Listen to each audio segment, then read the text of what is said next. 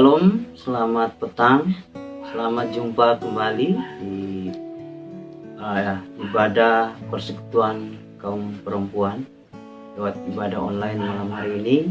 Kita akan bersama merenungkan firman Tuhan pada petang hari ini. Sebelum kita memulai ibadah di sore hari ini, mari kita mempersiapkan hati dan pikiran kita. Kita memohon pimpinan dan penyertaan Tuhan. Kita berdoa. Terima kasih ya Tuhan, kami anak-anak-Mu boleh hadir pada petang hari ini dalam ibadah persekutuan kaum perempuan untuk memuji memuliakan nama Tuhan. Terlebih malam hari ini kami akan membaca dan merenungkan firman-Mu. Kiranya Tuhan memberkati kami dari awal hingga akhir dari ibadah persekutuan kaum perempuan pada petang hari ini. Kami menyerahkannya hanya di dalam nama Tuhan kami Yesus Kristus yang adalah Tuhan dan sumber kehidupan kami. Kami berdoa dan mengucap syukur kepada Bapa di surga. Amin. Persekutuan kaum perempuan yang diberkati Tuhan, kita akan membaca dari Kitab 2 Korintus pasal 5 ayatnya yang pertama sampai ayatnya yang ke-5. Kita membacanya, demikian firman Tuhan. Karena kami tahu bahwa jika kemah tempat kediaman kita di bumi ini dibongkar, Allah telah menyediakan suatu tempat kediaman di sorga bagi kita, suatu tempat kediaman yang kekal, yang tidak dibuat oleh tangan manusia. Selama kita di dalam rumah ini, kita mengeluh karena kita rindu mengenakan tempat kediaman sorgawi di atas tempat kediaman kita yang sekarang ini. Sebab dengan demikian kita berpakaian dan tidak kedapatan telanjang. Sebab selama masih diam di dalam kemah ini, kita mengeluh oleh beratnya tekanan. Karena kita mau mengenakan pakaian yang baru itu tanpa menanggalkan yang lama, supaya yang fana itu ditelan oleh hidup. Tetapi Allah lah yang justru mempersiapkan kita untuk hal itu, dan yang mengaruniakan roh kepada kita sebagai jaminan segala sesuatu yang telah disediakan bagi kita. Demikianlah firman Tuhan bagi kita. Berbahagialah kita yang membaca, merenungkan, dan melakukannya dalam kehidupan kita hari lepas hari. Haleluya. Persekutuan kaum perempuan yang dikasihi Tuhan, dalam bacaan kita dalam Sabda Bina Umat mengambil judul Tersedia Tempat yang Indah Bagimu. Masih menyambung dari bacaan hari Minggu kemarin. Bacaan kita hari ini masih dari kitab 2 Korintus pasal 5 ayat 1 sampai 5 tentang pelayanan Rasul Paulus dan rekan-rekan sepelayanannya di kota Korintus, sebuah kota kuno di daerah Yunani.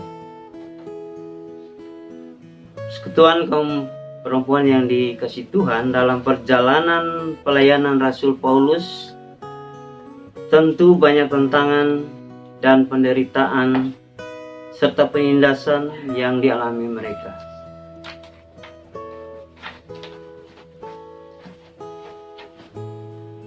Dalam ayat yang pertama disebutkan, karena kami tahu bahwa jika kemah tempat kediaman kita di bumi ini dibongkar, Allah telah menyediakan suatu tempat kediaman di sorga bagi kita, suatu tempat kediaman yang kekal, yang tidak dibuat oleh tangan manusia.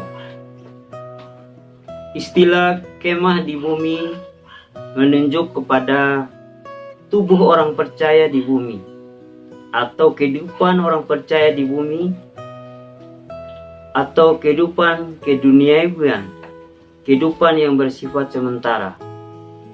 Sedangkan dalam ayat 2 mengatakan suatu tempat kediaman sorgawi di atas tempat kediaman kita yang sekarang ini. Sorga atau tempat di atas adalah buatan Allah, bukan buatan manusia yang bersifat kekal. Jadi sorga adalah kekal. Sorga merupakan tempat kediaman manusia setelah kehidupan kita selesai di bumi. Persekutuan kaum perempuan yang dikasihi Tuhan, tetapi kita tidak berbicara banyak atau mengulas tentang apa itu sorga dan di mana itu sorga. Itu adalah wilayah otoritas daripada Tuhan. Tetapi bagaimana kita memahami dan bisa melewati proses untuk kita mencapai ke sana. Dalam bacaan kita, Rasul Paulus dan rekan-rekan sepelayanan banyak menanggung penderitaan. Mereka disiksa, dipenjara, dan bahkan mereka dihukum.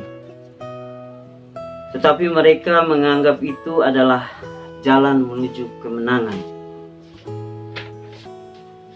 Kaum perempuan atau kaum ibu yang diberkati Tuhan, di ayat yang ketiga di sana dikatakan bahwa dengan demikian kita berpakaian dan tidak kedapatan telanjang.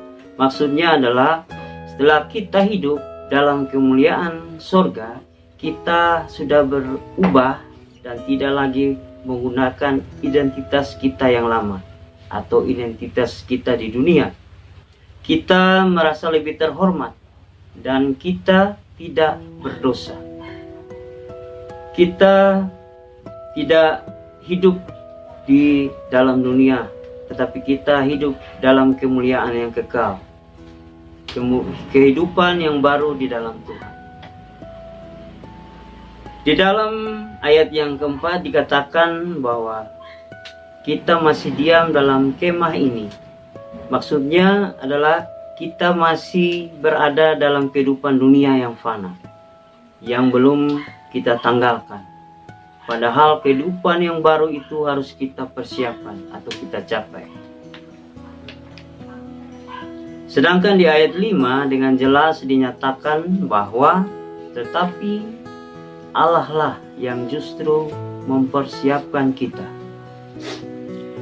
untuk hal itu. Jadi Allah mempersiapkan untuk kita yang mengaruniakan roh kepada kita sebagai jaminan segala sesuatu yang telah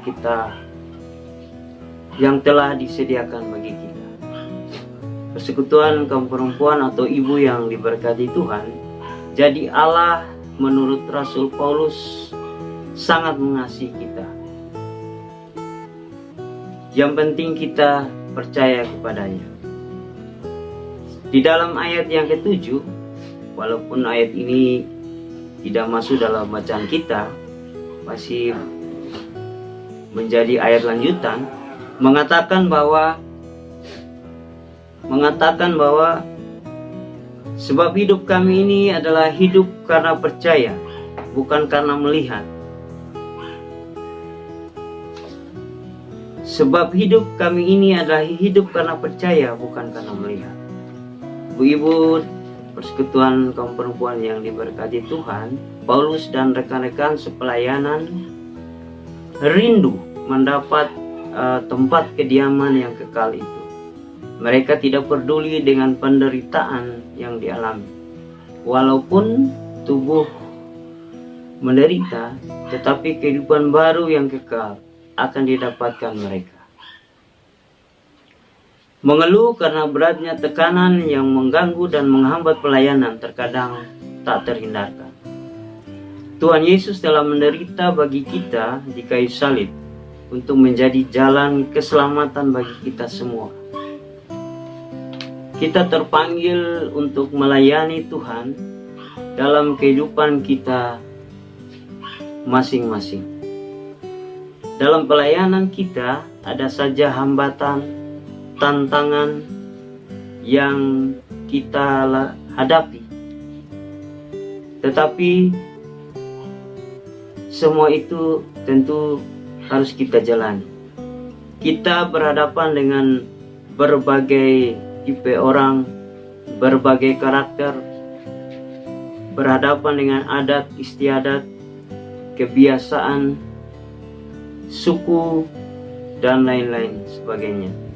Jadi ada beberapa poin yang diajarkan dalam bacaan kita oleh penulis, yaitu yang pertama yang harus kita ingat yaitu berbuat baik atau berbuat kebenaran bagi sesama dan Tuhan. Berbuat baik atau berbuat kebenaran bagi sesama dan Tuhan adalah hal yang harus kita lakukan. Berbuat baik biasa bagi manusia. Semua orang bisa berbuat kebaikan, tetapi belum tentu bisa berbuat kebenaran. Berbuat kebenaran menurut standar Tuhan. Baik bagi manusia belum tentu baik bagi Tuhan. Tetapi manusia yang benar pasti ia adalah orang yang baik. Yang kedua, ibu-ibu atau persekutuan perempuan yang diberkati Tuhan, yang kedua yang harus kita lakukan adalah setia dan hidup kudus. Setia dan hidup kudus, yaitu kita harus setia.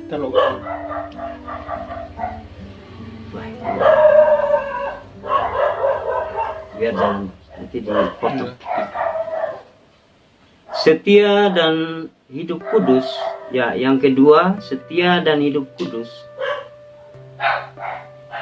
Kita harus setia pada perintah Tuhan atau firman-Nya. Hidup kudus yaitu kita tidak melakukan dosa atau hidup di dunia, keduniawian kita harus kita tanggalkan. Yang ketiga, perjuangan dan fokus pada tujuan. Hal ini harus kita lakukan.